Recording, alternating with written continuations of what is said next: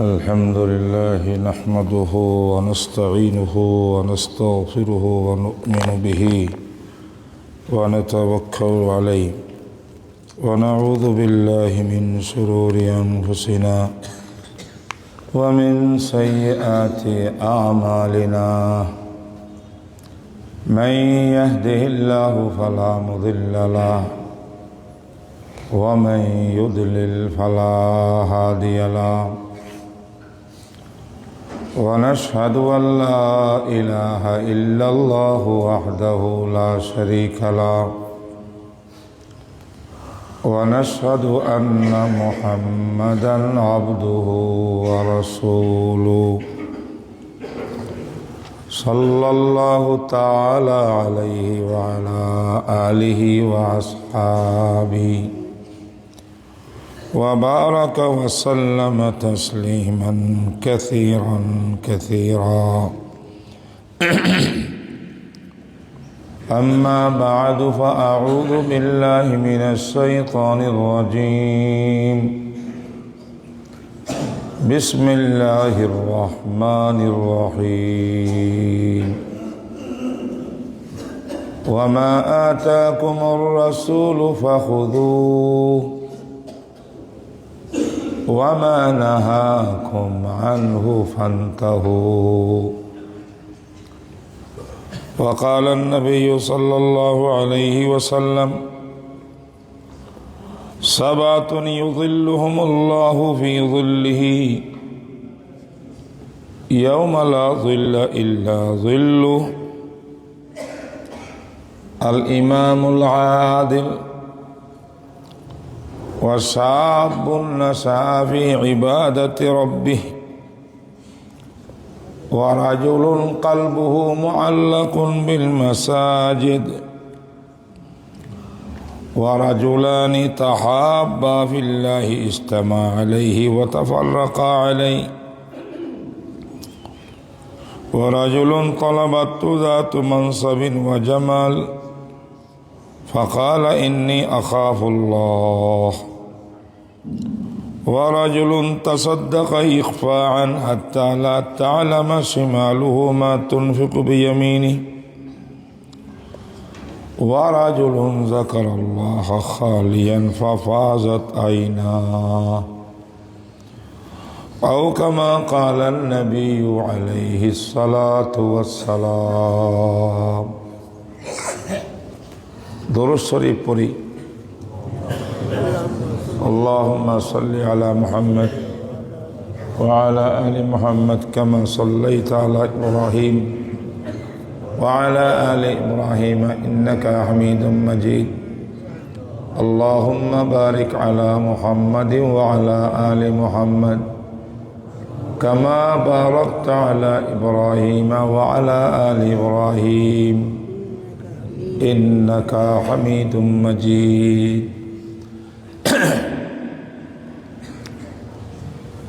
বিগত দুই জুমাবাদ থেকে আমি আলোচনা করতেছিলাম ওই সুপ্রসিদ্ধ হাদিসের উপর, যে হাদিসের মধ্যে বলা আছে যে আল্লাহ পাক রব্বুল আলামিন কিয়ামতের ময়দানে 7 জন ব্যক্তিকে আল্লাহ পাক আরশের নিচে ভিআইপি জায়গাতে স্থান দিবেন, যাতে এদের কোনো কষ্ট না হয়। কিয়ামতের ভয়াবহ অবস্থা পরিস্থিতির দ্বারায় তাদের কোনো কষ্ট না হয়, তারা আল্লাহ পাকের ভিআইপি মেহমান হিসেবে থাকবেন 7 জন। আমরা এই 7 জনের নাম মুখস্থ করে ফেলি। আলোচনা তো প্রায় হয়ে গেছে, সামান্য বাকি। প্রথম ব্যক্তির নাম বলছিলাম আল ইমামুল আদেল। হাদিসের ভাষা ইমাম আদেল, ন্যায় পরায়ণ, লিডার, নেতা। সর্বোচ্চ পর্যায় থেকে নিম্ন পর্যায় পর্যন্ত দুনিয়াতে যত নেতা আছে, লিডার আছেন, যাকে অনুকরণ করি কিছু মানুষ চলে বা তার অধীনস্থদের জন্য ওই ব্যক্তিটা লিডার হয়। পারিবারিক লিডার থেকে শুরু করে রাষ্ট্রীয় প্রধান পর্যন্ত যে লিডার নেতা আদেল হবে, ন্যায় পরায়ণ হবে, সুবিচার করবে, অধীনস্থদের হক পাওনা সঠিকভাবে আদায় করবে, এই লিডারগুলো আল্লাহ পাক রাব্বুল আলামিনের আরশে আজিমে বিআইপি মেহমান হবেন। নম্বর 1। নম্বর 2, শাবুন নাশাআ ফি ইবাদাতি রাব্বিহি। ওই যুবক শ্রেণী, যুব সমাজ যারা যৌবনকালে ইচ্ছা মতো যা মন চায় তা করতে পারে, নিজের মন মতো খেয়াল খুশি মতো জীবন চালাতে পারে, কোনো বাধা নাই, কেউ তার সামনে আসবে না। আর যৌবনকালে মনেই একটু চায়, যে যৌবনের চাহিদা, খেয়াল খুশি মতো জীবন যাপন করব, যেমন খুশি তেমন।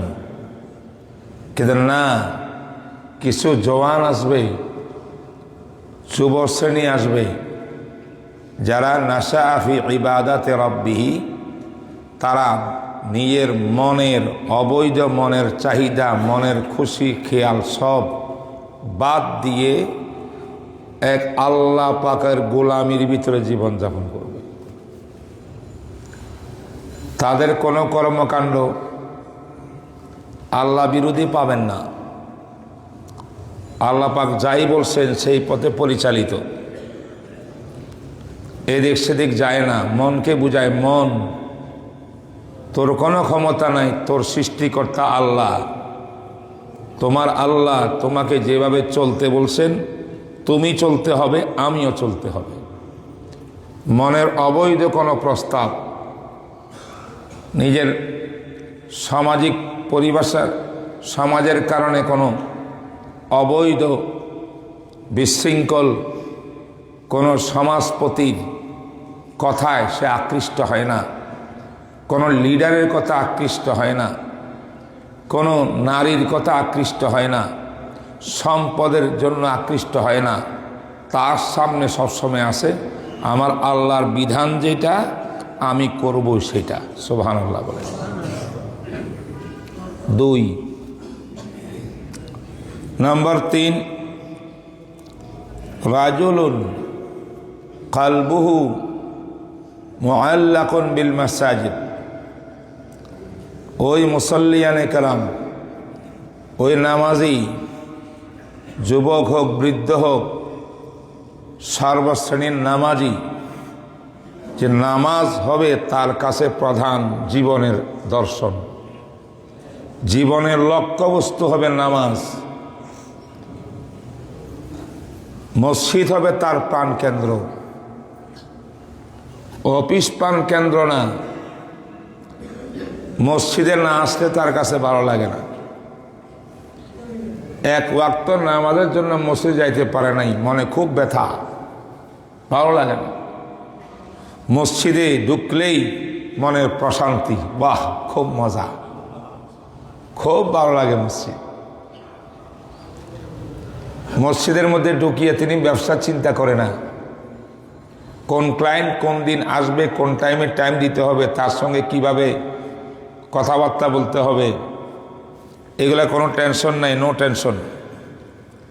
আল্লাহর ঘরে আসছি, আমি আসি, আমার আল্লাহ আসেন, ব্যাস। কি বলেন, আমরা এরকম মসজিদে আসতে পারি না?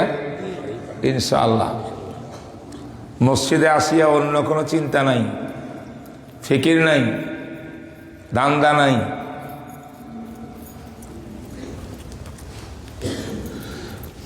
মসজিদ আল্লাহর ঘর, সেজদার জায়গা। মসজিদের অর্থ হল এটা সেজদার জায়গা। আর সিজদা মানে জানেন সবচেয়ে বড় ইবাদতের নাম সিজদা। মানব জাতির মানুষের সবচেয়ে বড় সম্মানী জিনিস এই কপাল। এই কপাল কিন্তু যাত্রার সামনে ঝুঁকে না, ঝুঁকা উচিত না, মাথা উঁচু হইয়া থাকবে মানুষ, কারোর সঙ্গে ইয়া নেই। একজন রব আছেন যে রবের দরবারে মাথা ঝুঁকাইয়া একবার নাক আর কপাল মাটির মধ্যে দিয়ে ঘষে, রব তুমি বলো, আমি কিচ্ছু না। এটার নাম সেজদা। আর সেজদার জায়গার নাম মসজিদ। এবার আমরা নিজেরা চিন্তা করি তো, আমরা মসজিদকে আসে কি বানাইছি? অনেক বন্ধু বান্ধবের সঙ্গে দেখা হয় না, নির্জনে বাসায় সময় কাটে, সময়ও যায় না, সব ব্যস্ত। একটু মসজিদে যাই, অমুক অমুক বন্ধুর সঙ্গে সাক্ষাৎ হবে, সেখানে বসিয়ে পুরাতন গল্প কাহিনী জোড়াবো মসজিদে বসে বসে। এরকম মানুষও তো সমাজের মধ্যে আছে না? নাই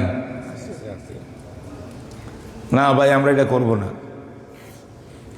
মসজিদের মধ্যে যতক্ষণ আসি, আমার আল্লাহর কথা বিধান ছাড়া কোনো কথা নেই। তো যার দিলটা প্রাণটা সবসময় মসজিদের সঙ্গে যুক্ত, আটকানো, বের হইতে কষ্ট লাগে, বের হইয়া আবার কখন দ্বিতীয়বার আসরের নামাজে আসবে এই প্যারাসাইড টেনশনে থাকে। এই তিন নম্বর ব্যক্তি এনারা আর সে আজিমের নিচে ছায়া পাবেন। সুবহানাল্লাহ। 4 নম্বর ব্যক্তিকে রাজুলানে তাহাব্বা ফিল্লাহ। ওই বলছিলাম দুনিয়ার ভিতরে মানুষ সামাজিক জীব, সমাজ ছাড়া, বন্ধু বান্ধব ছাড়া মানুষ একক জীবন যাপন করতে পারে না। কারণ মানুষ তো কোনো জঙ্গলের পশু না। আমাদের সমাজ আছে, আমাদের একে অপরের সঙ্গে বন্ধুত্ব ভালোবাসা আছে, থাকবেই, এটা আল্লাহর দেওয়া। কিন্তু এই ভালোবাসাটা যেন কি আপনার আল্লাহর জন্য হয়। আর কারোর সঙ্গে সমস্যা আছে, সমস্যা যদি আল্লাহর জন্য হয়, অমুকের সঙ্গে ভালোবাসা রাখলে আল্লাহ বেশি খুশি হবেন, আর অমুকের সঙ্গে সম্পর্ক ক্যাটাপ করলে আল্লাহ বেশি খুশি হবেন।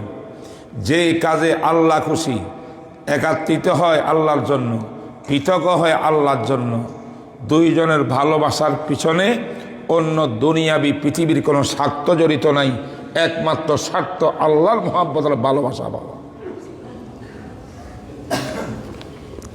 এ হলো 4 নম্বর ব্যক্তি। আর সে আসিমের ছায়ার নিচে আল্লাহ পাক ছায়া দিয়ে তাকে ভিআইপি মেহমান বানাবেন। নম্বর 5, গত জুমাবারে লাস্টে বলছিলাম, রাজুলুন তলাবাতু যাতু মানসাবিন ওয়া জামাল ফাকালা ইন্নী আখাফুল্লাহ। সুবহানাল্লাহ।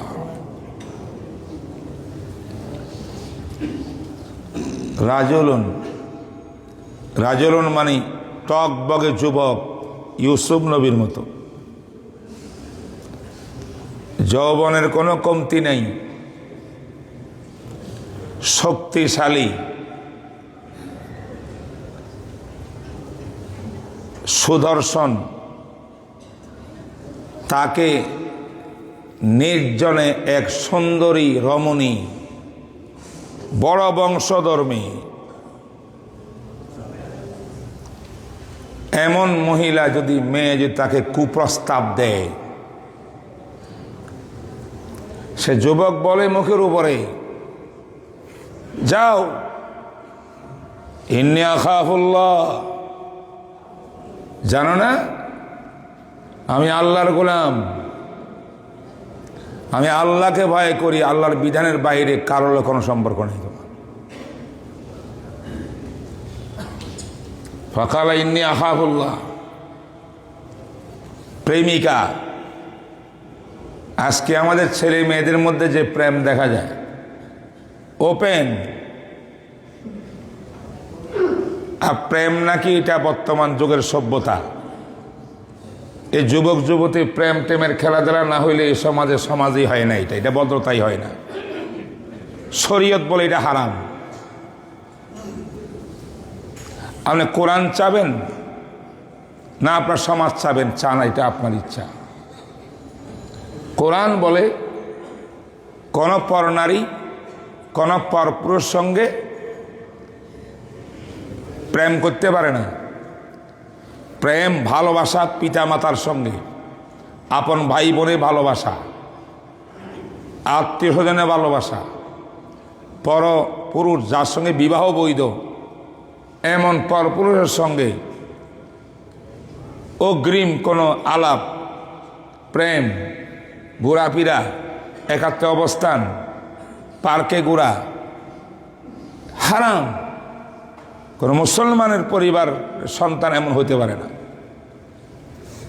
জেনা, চোখের জানা, মুখের জানা, হাতের জানা, পায়ের জানা, সবই জানা, সর্বশেষ লজ্জাস্থানের জানা। এমন কথাগুলো এই সমাজে চলবে না। মানুষ বলবে এটা পাগল, এই হুজুরের সঙ্গে সমাজের কোনো সম্পর্ক নেই, আধুনিকতার কোনো টাচ লাগে নাই, এটা কবর থেকে উঠিয়ে এসে বুঝে না এই সমাজে কি চলে। এমন বহুত পিতামাতা ঘরে বসে বসে বলে, কেমন মেয়ে তোকে বানাইলাম, এত শিক্ষা দিয়ে করাইলাম, এখন পর্যন্ত কোনো ছেলেমেয়েকে পটাতে পারলি না। মানে বন্ধুত্ব করো, প্রেম করো। পিতামাতা বসে বসে দোয়া করে, উৎসাহিত করতেছে জানা করার জন্য। এই কথাগুলো খুবই তিক্ত কথা, আমি জানি, কিন্তু খুবই তিক্ত কথা, মোটেও মানায় না। কিন্তু আল্লাহর গোলাম হইলে যতই খারাপ হোক না কেন হাদিস আপনার শুনতে হবে, কোরআন আয়াত শুনতে হবে আপনার। আমি বাধ্য, ওইখানে আমরা বাধ্য আলেমরা। আপনি খুব সমালোচনা আমার করেন, কোনো সমস্যা নেই। জনাবে রাসূলুল্লাহ সাল্লাল্লাহু আলাইহি ওয়াসাল্লাম বলেন, ওই যুবক যাকে নির্জনে কোনো বাধা নাই, কেউ দেখবে না, কোনো মানে নাই, বাধা নাই, এমন এক সুন্দরী রমণী যার বংশ পর্যন্ত অনেক উচ্চ, এমন সম্ভ্রান্ত পরিবারের নারী সুন্দরী যদি একা তোমার মতো যুবককে ডাক দেয়, আসো, কুপ্রস্তাব দেয়, চিন্তা করো তোমার মনটা কি অবস্থা হবে। ইউসুফ আলাইহিস সালামকে ডাকছিল না জুলাইখা? কোরআনে আছে না? সুবহানাল্লাহ। ওহো, ইউসুফ নবীকে যখন ডাকছে তো জুলাইখার পাশে তার মূর্তি ছিল, মূর্তির উপরে কাপড় দিয়ে ঘুরে রাখছে, ডাকি রাখছে। তো ইউসুফ নবী জিজ্ঞাসা করছে, তোমার এটা কি? এখানে আমি ইবাদত করি যে খোদাকে, সেই খোদার ছবি। তো কত ডাকি রাখছে কেন? কয় আমি তোমার সঙ্গে কুকাজ করব, আমার লজ্জা লাগে, আমার মাবুদের সামনে আমি কেমনি করি। ইউসুফ নবী বলে, জুলাইখা তোমার এই মূর্তিকে দেখে কথা বলতে পারে? না, তোমার যে খোদায় কথা বলতে পারে না, চোখেও দেখে না, সেই খোদার সামনে তুমি জানা করতে লজ্জা লাগে, তাই কাপড় দিয়ে ঢুকাইছো। আমার আল্লাহ তো হাইয়ুন কাইয়ুম, সব দেখে, আমি সে আল্লাহর সামনে কিভাবে তোমার সঙ্গে অপকর্ম করব?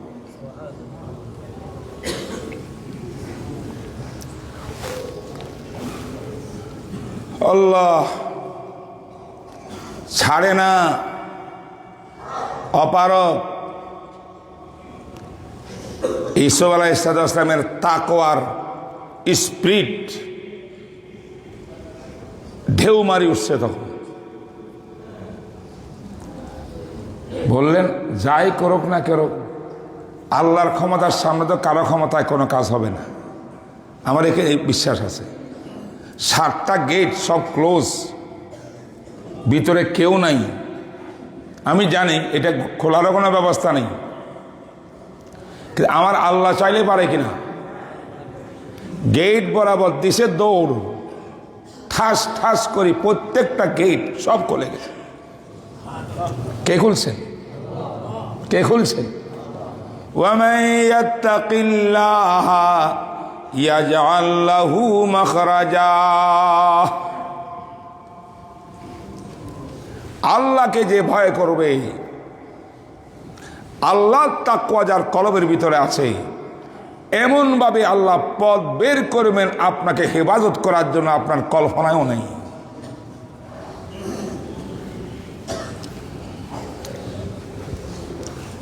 এই ব্যক্তিটা, এই পুরুষটা আরশে আজিমের নিচে ভিআইপি মেহমান হবেন।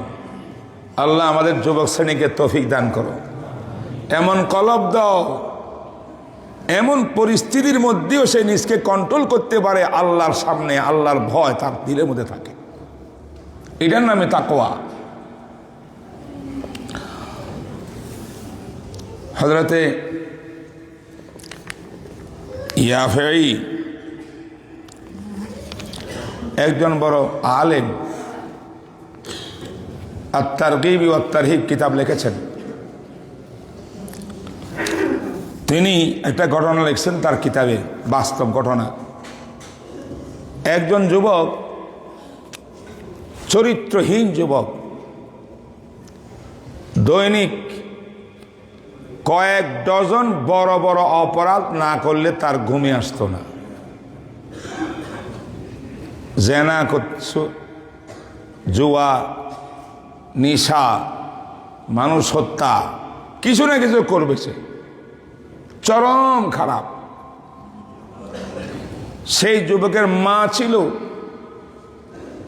বড় আল্লাহওয়ালি, সারাক্ষণ কান্ত আর দোয়া করতো ছেলের জন্য, আল্লাহ আমার ছেলেকে একটু সৎ পথে ফিরিয়ে আনো আল্লাহ, আমি তো পারলাম না, চেষ্টা করেছি আল্লাহ, কান্ত। এই বেটা আসিয়া রাত্রে মার কাছে হিসাব দিত কি কি গুনাহ করছে। আবার ছোট্ট একটা ডায়েরি ছিল, ডায়েরির ভিতরে নোট করতো কোন টাইমে, কোন তারিখে, কোন মাসের কোন তারিখ, কোন টাইমে অপরাধটা করছে। পুরা ডায়েরি লিখতে লিখতে লিখতে লিখতে ডায়েরি খতম, শেষ, ফুল। শেষ দিন একটা ঘটনা করছে।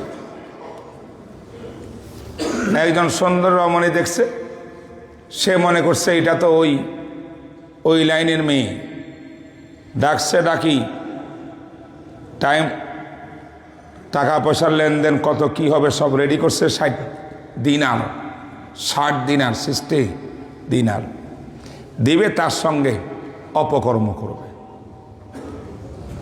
যখন অপকর্ম করা অবস্থায় গিয়েছে, তখন দেখতেছে মেয়েটা শরীর কাঁপতেছে, এইভাবে এমন ভয় ভীতিতে কাজ করতেছে মহিলার। তাই এ ছেলে জিজ্ঞাসা করে, তোমার সঙ্গে আমাদের চুক্তি আবদ্ধ হয়েছি আমরা, কেউ কারো পক্ষে জোরাজোরি করি নেই, জবরদস্তি করি নেই, তুমিও রাজি আমিও রাজি, এই হলো কন্ট্রাক্ট, কাঁপতেছো কেন, ভয় করতেছে কেন? মেয়ে বলে, ইন্নী আখাফুল্লাহ, শোনো, আমি এই লাইনের মেয়ে না, আমি পাক পবিত্র নারী। আমি আজ আমার 4-5 জন ছেলে সন্তান আছে, তাদেরকে খাওয়াইতে পারতেছি না, ঘরে আমার কিছু নাই, বিপদে পড়িয়া আমি এদের সুরত ধারণ করিয়া রাস্তায় এসেছি। আমি এই লাইনের লোক না, তাই এই মুহূর্তে আমার কঠিন ভয় লাগতেছে।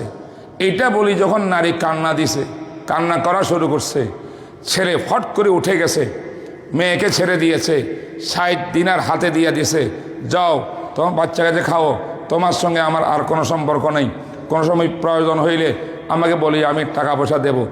আর এই যুবকটা আল্লাহর কাছে বসিয়া কান্নাকাটি করছে, আল্লাহ, এই নারী যদি এমন করি পারে, তাইলে আমি কেন পারবো না? আমাকে আল্লাহ তুমি তাকওয়া দৌলত দাও, আজ থেকে তওবা করলাম, আর কোনো অপরাধ করব না। ঘরের মধ্যে আসি আম্মা জানকে বলছে, আম্মা আজকে এই ঘটনা ঘটছে। মায় বললেন, বাবা আজকে ঘটনাটা তুই তোর ডায়েরির মিশনে একটু লেখা রাখ। কম্মা এই দেখেন ডায়েরি, ফার্স্ট তোলা, পুরা পৃষ্ঠাগুলো, পেজগুলো সব ভর্তি, কোথাও লেখার জায়গা নেই। মায় বলল, তুমি নোটের নিচে কোথাও, নোটের মধ্যে লিখে রাখো, একবারে কোনায় ছোট্ট করে লিখে রাখো। মায়ের ওয়ার্ডারে এই ঘটনা লিখছে, ঘুমাইছে, সকালবেলায় যখন উঠছে আর ডায়েরি যখন খুললো, দেখা যায় পুরা ডায়েরির যত অপরাধ গুনাহ ছিল সব ডিলেট হইয়া পুরা খাতা সাদা হয়ে গেছে। একমাত্র লেখা আছে শেষ দিনের সেই ঘটনা যেটা আল্লাহর জন্য তওবা করেছে।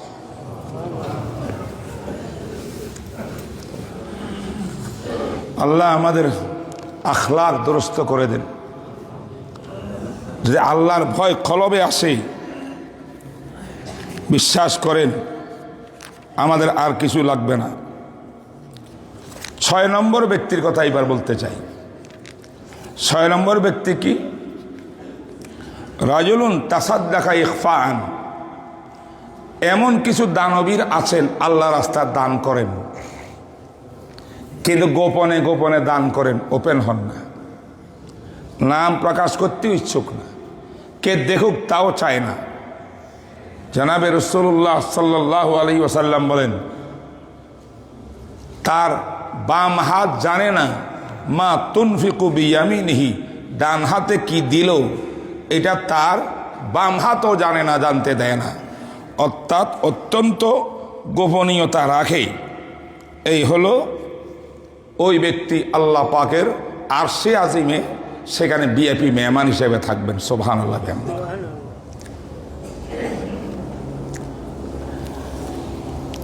এই ব্যাপারে চমৎকার একটা সহিহাইনের বুখারী মুসলিমের হাদিস অনেকে আমরা জানি, যে হাদিসের মধ্যে আবু হুরায়রা বলেন, কালা ইযা মাতাল ইনসানু ইনকাতা আনহু আমালুহু। মানুষ যখন মৃত্যুবরণ করে, জীবিত যতক্ষণ থাকে তবে তার আমল কৃতকর্ম সব কিছু নোট হয়। মানুষ যখন দুনিয়ার থেকে চলে যায়, মৃত্যুবরণ করে, তার কোনো আমল আর এই ইহ জগৎ থেকে পরজগতে কবর জগতে আর পৌঁছে না। ইল্লা মিন সালাসাতিন, 3টা আমল কন্টিনিউ পৌঁছতে থাকে কবরের ভিতরে, কন্টিনিউ। 1 নম্বর মিন সাদাকাতিন জারিয়া। আমরা জানি না সদকায়ে জারিয়া, সবাই শব্দটা জানি। জারিয়া মানে চলমান, বন্ধ নাই, ক্লোজ নাই, চলতে আছে, চলতে আছে, চলতে আছে। সাদকাতুন জারিয়া। সাদকায়ে জারিয়া কি জিনিস তার ব্যাখ্যায় হাদিসের মধ্যে আছে। আপনি একটা মসজিদ বানাই দিছেন বা মসজিদের মধ্যে দান করছেন, মসজিদের পিলারের টাকা দিয়ে দিছেন, মসজিদের জন্য এত বস্তা সিমেন্ট দিয়ে দিছেন। আমি এই হাদিস অতীত আপনাকে শুনাইছি, বেনায় মসজিদের কাহিনী বলছি আপনাদেরকে। পাখির খাঁচার মতো ছোট একটা যদি বানাইতে পারেন, ইখলাস পরিপূর্ণ আল্লাহর জন্য যদি ছোট্ট একটা ঘর বানান, এইটার যেই ওজন আমলের পাল্লা কিয়ামতের ময়দানে হবে। বিশাল মসজিদ বানাইছেন মানুষকে দেখানোর জন্য, ওর ওজন কিন্তু পাল্লায় ওজন হবে না। ইখলাসের সঙ্গে মসজিদ বানাইছেন, শুধু আল্লাহর জন্য মাদ্রাসা বানাইছেন, চিরকাল এই মসজিদে নামাজ হবে, এর সওয়াব আপনি কবরে শুয়ে শুয়ে পাবেন। মাদ্রাসা বানাই দিয়েছেন, চিরকাল কোরআন পড়া হবে, হাদিস শরীফ পড়া হবে, তাফসির পড়া হবে আপনার জায়গার মধ্যে বসে। সেই যত পড়নেওয়ালা পড়বে এটার সমান সমান সওয়াব আপনি যে ঘর বানাই বিল্ডিং বানাই দিয়েছেন আপনার আমল নামার মধ্যে পৌঁছবে। সেটা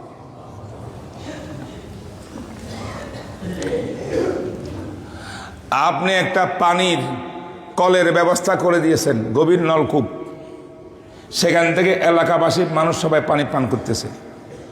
এই নলকূপ যতদিন শুকাবে না, পানি চালু থাকবে, ততদিন পর্যন্ত এটার সওয়াব যত মানুষ পাখি পর্যন্ত পান করবে সব সওয়াব আপনার আমল নামে। ইলা সাদকাতুন জারিয়া।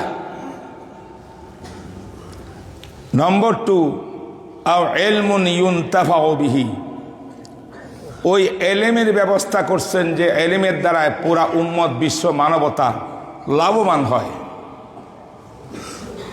আপনার এলেমের দ্বারা লাভবান হবে, এটা এলেমটা সদকায়ে জারিয়া। মনে করেন ইমামে আবু হানিফা একজন আলিম ছিলেন, ইমাম মালিক একজন আলিম ছিলেন, ইমাম শাফি একজন আলিম ছিলেন, ইমাম আহমদ বহুত বড় আলিম ছিলেন,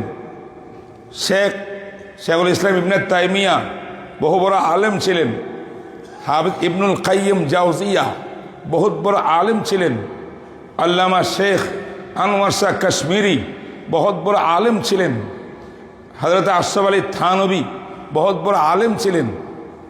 সুবহানাল্লাহ, ওনারা এমন এলেম দুনিয়াতে রেখে গেছেন, পড়াই গেছেন, ওনাদের লক্ষ দিক ছাত্ররা আজ পর্যন্ত লক্ষ লক্ষ আলেম তৈয়ার করি, জানি না কিয়ামত পর্যন্ত কত কোটি মানুষ তাদের এলেম থেকে লাভবান হচ্ছে। এই সমস্ত লোকের এলেমগুলা সাদকায়ে জারিয়া বলেন সুবহানাল্লাহ। ইমামে বুখারী, ইমাম মুসলিম, আবু দাউদ, ইমাম তিরমিজি কি বিশাল কাজ করেছেন। দুনিয়ার ভিতরে কোরআনে কারীমের পরে সবচেয়ে বেশি প্রচলিত কিতাবের নাম বুখারী শরীফ। এই একজন ব্যক্তি ইমাম বুখারী হাদিসগুলার সংকলন করছেন। উনি তো হেডিং লিখছে, হাদিস তো আর নিজের না, হাদিস তো রসুলের। কিতাব বানাইছেন। এই বুখারী পরিবারে কত লক্ষ কত কোটি মানুষ বিশ্বের মধ্যে প্রতি বছর এলেম শিখতেছে। সব সওয়াব ইমাম বুখারীর রূহের মধ্যে বসতেছে। সুবহানাল্লাহ।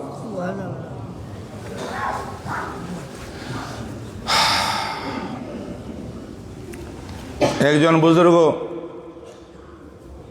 আল্লামা আব্দুল ওয়াহাব শারানি রহমতুল্লাহ আলাইহি, তিনি শাফি মাযহাবের বড় ইমাম, বড় মুহাদ্দিস ছিলেন। তিনি অনেক সময় মোরাকাবা করতেন। আল্লাহর ওলি ছিলেন। মোরাকাবা মানে বুঝেন, এটা বেদাত টেদাত কিচ্ছু না। এটার কথায় হাদিসে 7 নম্বর যিনি মোরাকাবা করবেন আল্লাহর দেয়ানে, সে আরশে আজিমে ছায়া পাবে সে। আর আজকে আমরা মোরাকাবা বললো কেউ কেউ বুঝে না, কই এটা তো বেদাতি জিনিস। মোরাকাবা মানে আল্লাহর দেয়ানে নির্জনে বসে থাকা, আল্লাহর গুণাবলীগুলো কল্পনা করা। এই শেষ 7ম ব্যক্তি আরশে নিয়ে ছায়া পাবেন, এই ব্যক্তির কথা এটাই এসেছে হাদিসের ভিতরে। রাজুলুন যাকারাল্লাহ খালিয়ান ওয়া ফাযাত আইনাহু, একা নির্জনে বসে বসে আল্লাহ ধ্যানে আল্লাহ জিকির করে বিজলে মশগুল, আর চোখের দিকে তাকালে দেখা যায় চোখের পানি বেয়ে বেয়ে পুরো বুক বাড়ে যেতেছে, কেউ নাই সেখানে। এটা মোরাকাবা। সারানি মোরাকাবা করতে গিয়ে তিনি দেখলেন তন্দ্রা এসে গেছে। তন্দ্রা বা ঘুমের মধ্যে দেখতেছেন তিনি মদিনা শরীফের মধ্যে পৌঁছছেন। ওনার দেশ অন্য জায়গায়, বহু দূরে মদিনা শরীফ। স্বপ্নে হয় না এরকম। তো তিনি যখন বুঝতে পারেন আমি তো মদিনা শরীফে আসছি, তাড়াতাড়ি যাই রসুলের রওজা সালাম দিয়ে আসি। রওজা পাকের কাছাকাছি যখন গেছে রসুলের, তখন দেখা যায় সেখানে ক্লাস চলতেছে। এক হুজুরে পড়াইতেছেন, 8 জন বড় বড় বুজুর্গ পাগড়িওয়ালা পড়তেছেন। তিনি সেখানে যাওয়ার পরে উনি জানতে পারলেন এই 8 জন বড় বড় আলেম যে ছাত্র, তিনি এই 8 জন হইল হানফি মাযহাবের বড় বড় ফকি আর মুহাদ্দিসগণ পড়তেছেন, এরা ছাত্র। কে পড়াইতেছেন? পরে খবর নিয়ে দেখলেন যিনি ওস্তার সামনে বসে আছেন তিনি আর কেউ না, স্বয়ং নবী মুহাম্মদ রাসূলুল্লাহ পড়াইতেছেন। রসুলের সাথ ক্লাস চলতেছে রওজা পাকের সামনে। এবার দেখলেন যে ওস্তাদের সামনে কিতাব একটা পড়া আছে। ওনার মাথায় ঢুকলো রাসূলুল্লাহ সাল্লাম যদি নাকি শিক্ষকতা করেন, উনি বায়ান করতেছেন, এনারা শুনতেছে, তো রসুল তো কোনো কিতাব দেখিয়া বায়ান করেন না। কিতাব তো রসুলের বিষয় না, নবীজির কথার নামে না কিতাব। উনি আবার কিতাব দেখবেন কেন? তারপরে তিনি বলে আমি দেখি নবীজির সামনে কি কিতাব নিয়ে উনি পড়াইতেছেন। কোথায় আমি যখন সামনে একটু তাকাইলাম, দেখলাম যে